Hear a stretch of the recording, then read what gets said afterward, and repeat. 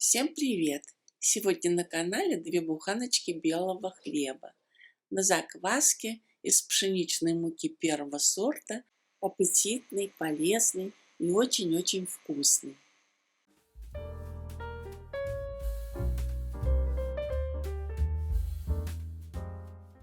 Закваска опара у меня уже готова.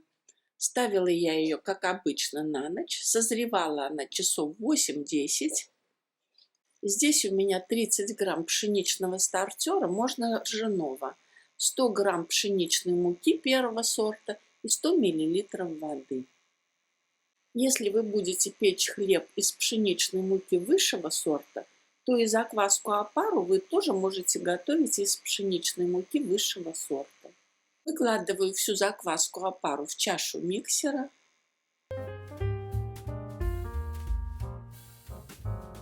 Добавляю 360 мл воды комнатной температуры. Вода у меня из крана фильтрованная. Добавляю 600 грамм пшеничной муки. Муку я всегда предварительно просеиваю.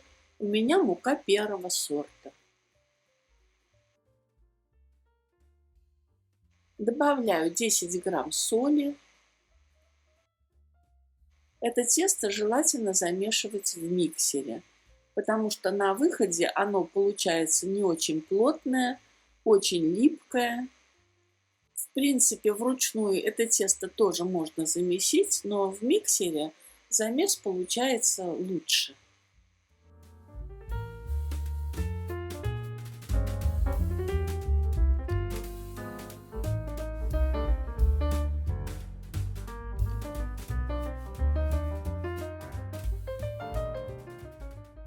Миску, где мое тесто будет растаиваться, я смазываю небольшим количеством растительного масла.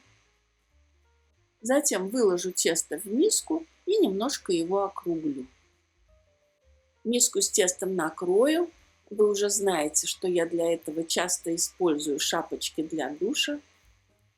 И оставлю тесто на расстойке на 4 часа.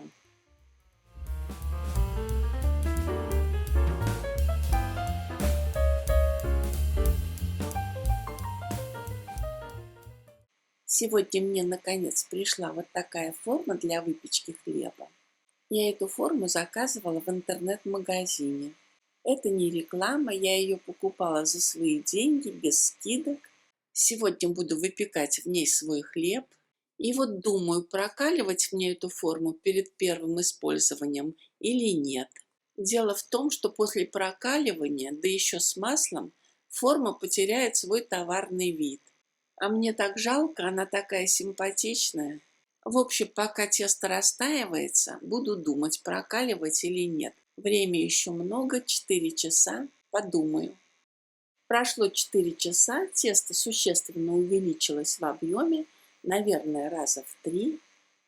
Хочу вам показать, как оно выглядит сбоку. Вот такое все пузырчатое, воздушное. Далее тесто обомну, выложу его на рабочую поверхность, которую хорошо присыплю мукой, так как тесто высокой влажности, и буду делать формовку.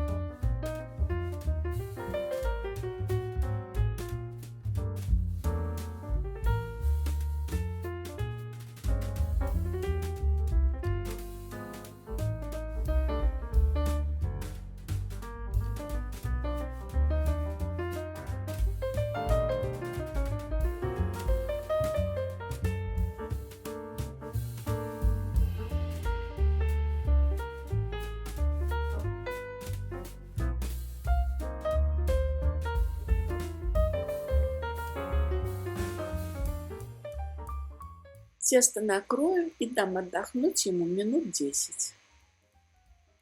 Все-таки решила форму не прокаливать. Если честно, жалко портить такую красоту. Решила хорошо обмазать форму сливочным маслом и обсыпать кукурузной мукой. Можно рисовой мукой, но только не пшеничной. И буду надеяться, что хлеб к стенкам формы не прилипнет. Если операция удастся, то точно эту форму прокаливать не буду в будущем. Буду перед использованием продолжать смазывать ее сливочным маслом и кукурузной или рисовой мукой.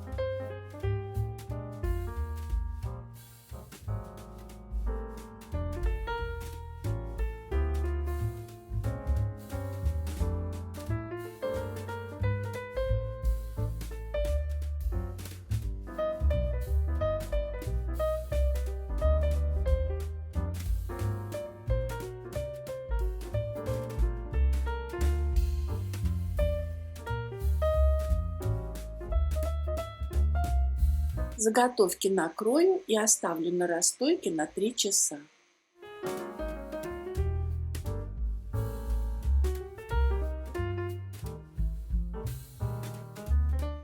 Хлеб растаивался у меня ровно 3 часа. Вот так вот он увеличился в объеме. Выпекать хлеб буду в хорошо разогретой духовке до 220 градусов по Цельсию первые 10 минут с паром. Затем температуру снижу до 200 градусов по Цельсию и далее буду выпекать хлеб еще 40-50 минут без пара. Ориентируйтесь на свою духовку.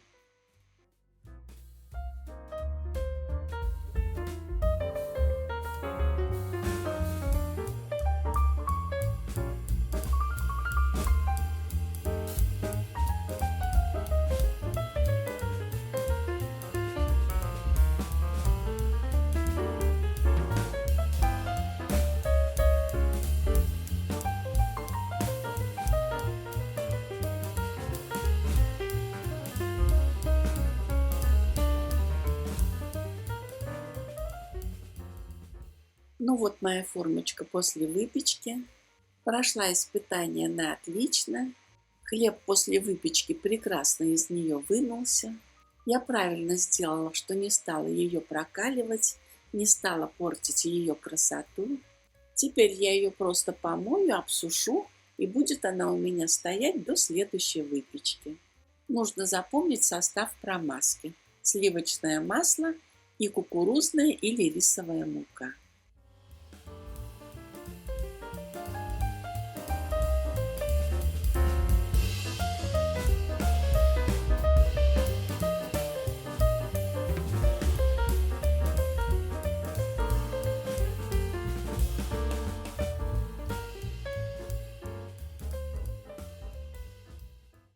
Мои, как всегда, не дождались, когда хлеб полностью остынет.